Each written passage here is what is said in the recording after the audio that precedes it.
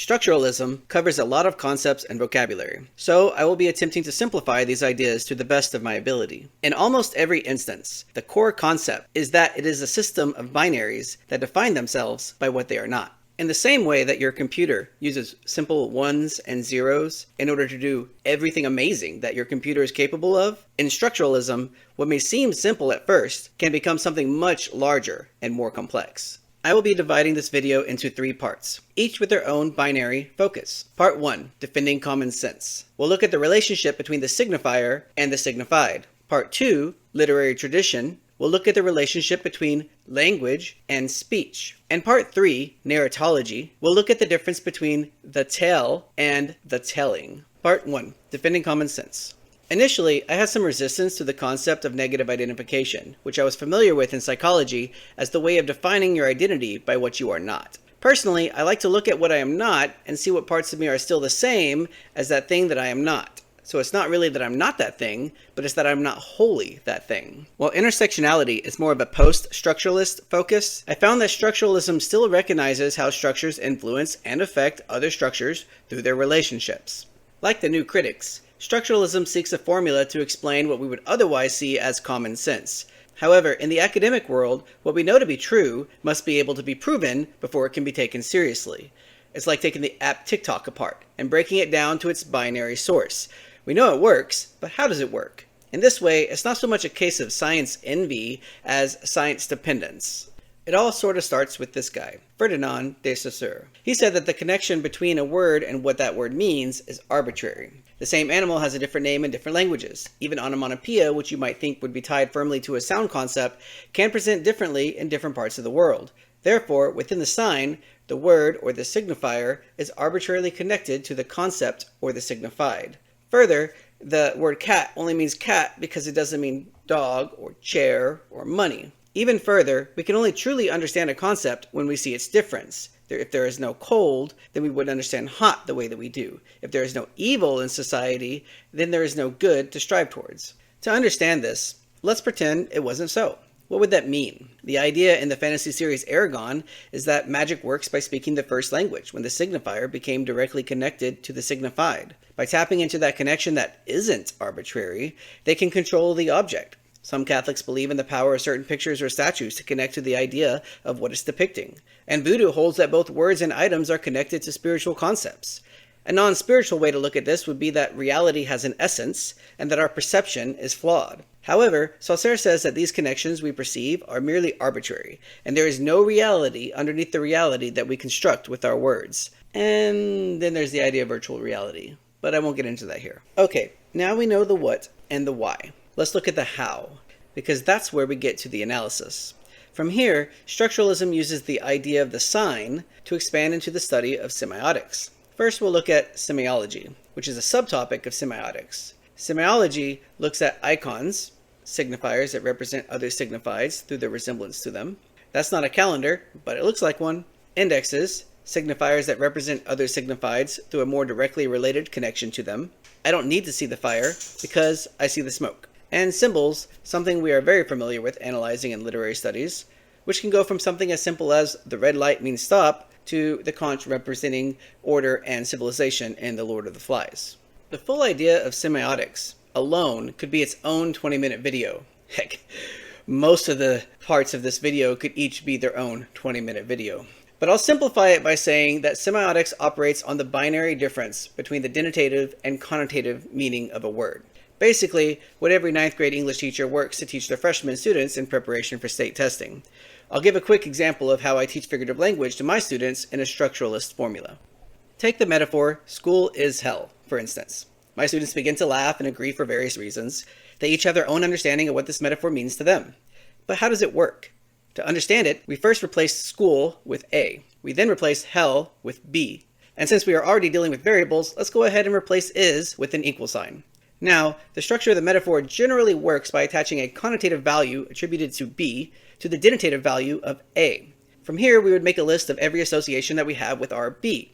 Then we look at the context of A, and the context of how A is used in our text, and the context of the text itself in order to eliminate items from our list. A structuralist would usually attempt to drive that list down to the best singular meaning, While a deconstructionist would say that everything left in the list after dealing with the context of the text, because context is always king, is considered a viable meaning all at the same time. Adding our terminology here, I would now add that we can create our list for the possible intended values of B, not only from the connotative value, but also the denotative value of the signified, since hell is seen as different things to different people, which then creates entirely different connotative values attached to the signifier. There's a couple benefits to this approach. One, your appraiser loves it when you teach across subjects, so mixing in a little math into your English class wins you big points. Two, I titled this section Defending Common Sense, but maybe that was a little elitist of me.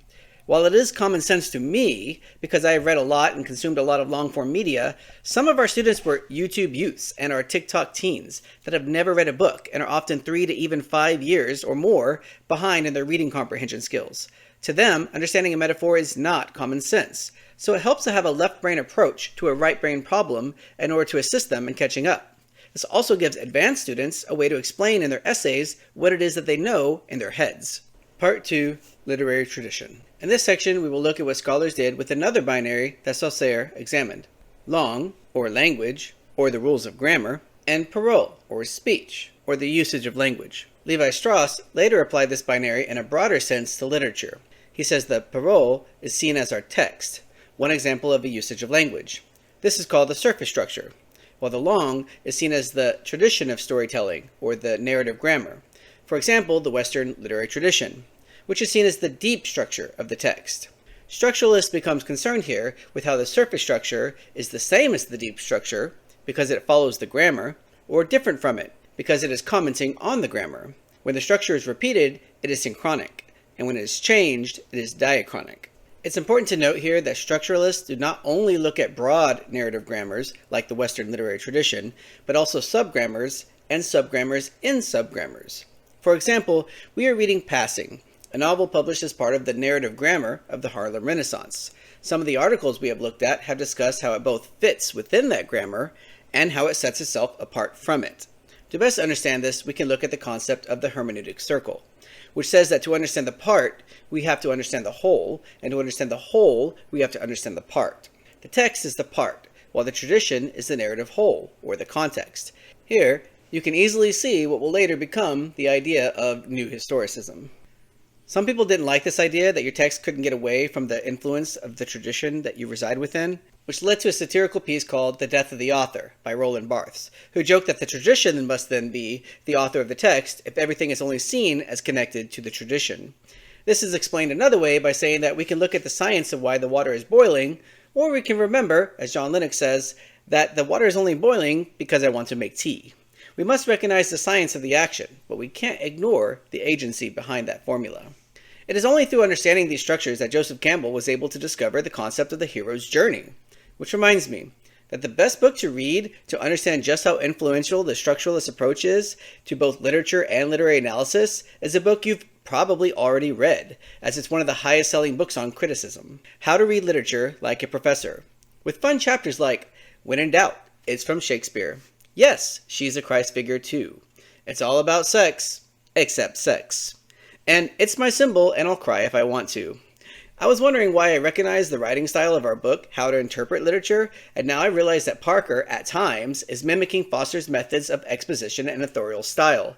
He isn't as funny as Foster, his audience is more advanced than Foster's, and his purpose deals less in application and more in understanding than Foster's.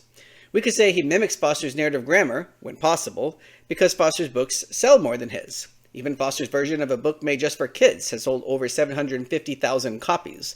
And who doesn't want success? In this way, in a very structuralist manner, I understand Parker for how he is not Foster, and for how he is influenced by Foster. Let me give you one more example from my chosen text, Bless Me Ultima. If we don't keep these structures in mind, then we can miss important ideas that are being presented that only appear in relation to the structure. Antonio is the protagonist, and in this scene, he is literally running to try and save his friend Florence by bringing him a faith that he can see and believe in.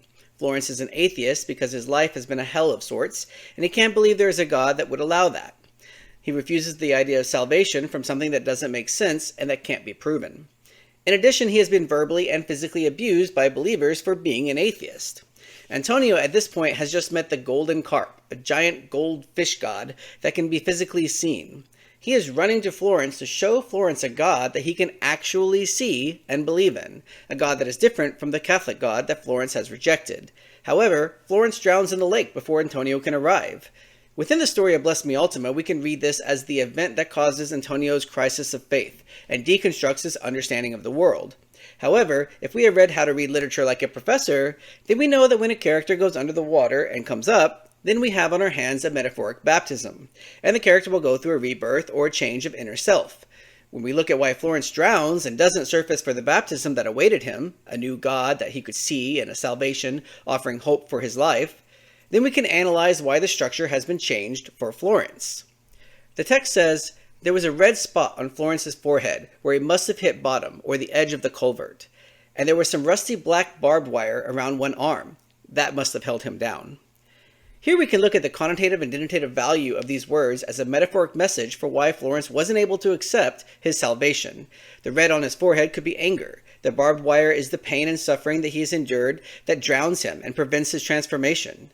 The rust and blackness of the barbed wire reminds us that he has endured this suffering at length, and the pain that has become a rot that has festered, causing him to either reject salvation or become unable to accept it, leading to his death because there is no more growth possible for his character. This idea of stagnated growth due to hate and pain reminds me of this James Baldwin quote. I imagine one of the reasons people cling to their hates so stubbornly is because they sense once hate is gone, they will be forced to deal with pain. This is actually a picture of the outside of my classroom. Here is the rest of the outside of my classroom. Other than my awesome one-piece flag, you might notice my picture of Jesus on the wall there on the right. My picture is modeled off the recognizable facial structure presented in art, but here the structure is altered to show him as a Middle Eastern Jew, which of course he was. Most of my students come from Catholic backgrounds. Many of them are still practicing Catholics. Most of my students have a similar skin tone to that of my picture. However, my students have told me that they couldn't recognize that as Jesus because my picture didn't show him as being white. I'm bringing this up to point out that one of the problems with repeated structures. Sometimes, broken ideas get carried along with the structure. In the show Jessica Jones, we see the typical detective novel structure. However, it's a woman acting as the sleazy detective, drinking and sleeping around with men who sometimes mean nothing to her. Her partner is a female lawyer who cheats on her wife and desires power, money, and sex more than moral character. The silver-tongued femme fatale in this case is a man whose convincing words are quite literal as he has a superpower that mind controls anyone he speaks to. Here the masculine-driven structure of the detective novel is gender-switched, but by adhering to the structure, the show still glorifies morally corrupt characters and the seeking of power. Later seasons begin to challenge those concepts, but that doesn't bother a structuralist because to a structuralist, later seasons have simply switched from the detective novel structure to the superhero drama structure. The detective structure remains intact. Part 3. Narratology. Parker begins discussing narratology by addressing a binary he calls the tell and the telling, which is more commonly referred to as storytelling and story forming. The tell, or storytelling, is the sequence of events in the order that they take place, and the telling, or story forming, is the order in which they are told. In the simplest sense, we can look at flashbacks and flash forwards and analyze how they change the importance of the present scene. However, there's so much more that authors can do with their story weaving between the forming and the telling, and I can't think of a better example to look at than the movie Memento. In this movie, we have black and white scenes that are presented chronologically, and color scenes that are shown in reverse order. Analyzing the choices made and how the movie's story forms helps us to analyze the narrative argument of the text.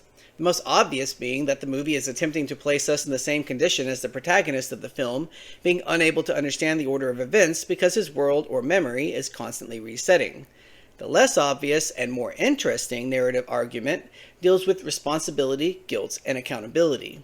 Are you responsible for what you can't remember? Can you escape guilt by blaming others? Should you suffer for the choices of your past? Should you be concerned with how you might hurt the you of tomorrow? Is the past, future, and present you even the same person? The rest of narratology is divided into 4 sections: embedding, reliability, vocalization, and discourse. Each of these 4 sections have their own binary relationship that is contrasted in order to create analysis.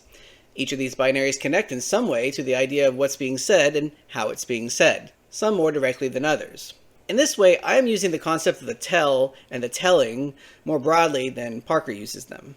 Embedding is simply stories within stories. For an easy example, think of The Never-Ending Story, and try not to start singing the song in your head. I dare you. Never-ending story.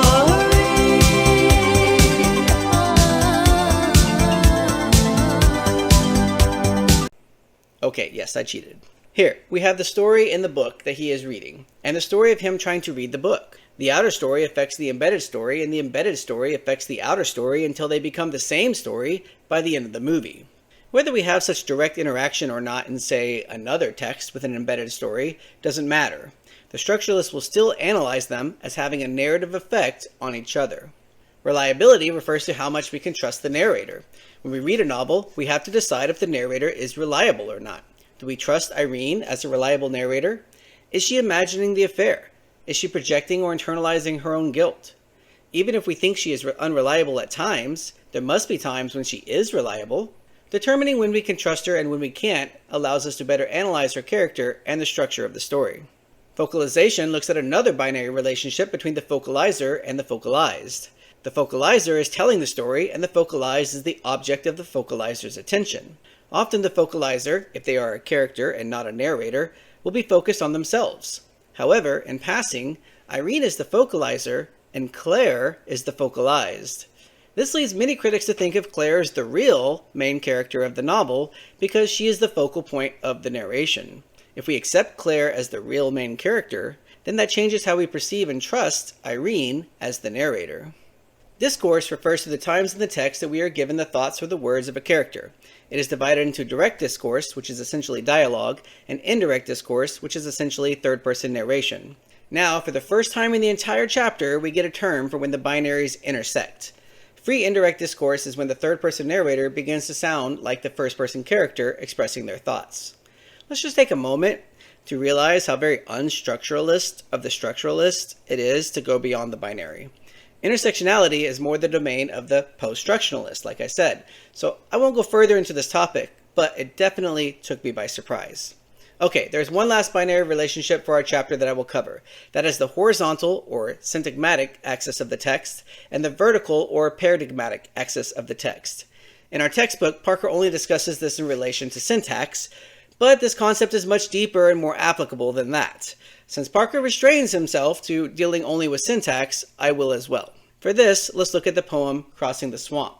In the center of the poem, we have these lines: here is swamp, here is struggle, closure, pathless, seamless, peerless mud.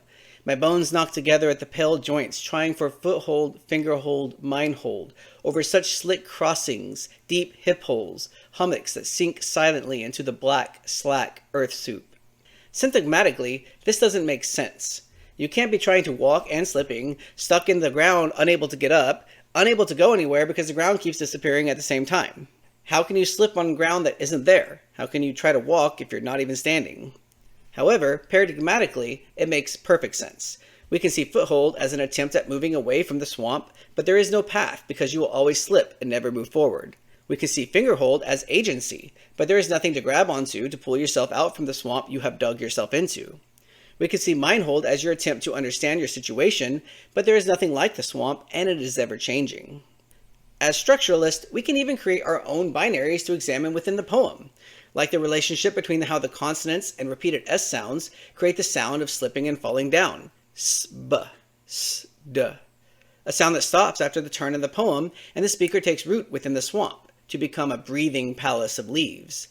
And how the susurrant and enjambment both cause a struggle for the first-time reader, and they both continue to exist beyond the turn, to show that the speaker has not left the swamp and struggle behind. The relationship of these two forces create the thematic message that accepting the difficulty of struggle is the only way to thrive in life. We could look at Mary Oliver and how her poetry fits within the narrative grammar of the Romantics. We could say that even a poem that attempts to defy traditional structure still creates new structures within it. We can point out that while she deals more with the intersectionality of humans and nature than the binary relationship that separates them, she still begins her argument with binaries.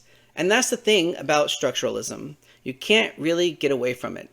Even deconstruction starts with structuralism and then adds to it. So knowing that, in what ways will you add to it? Parker argues that parts of structuralism, all by themselves, are enough to carry a student through grad school. And I have to agree, but that doesn't mean we should stop there, however great a starting point that is. I will add that kind of makes structuralism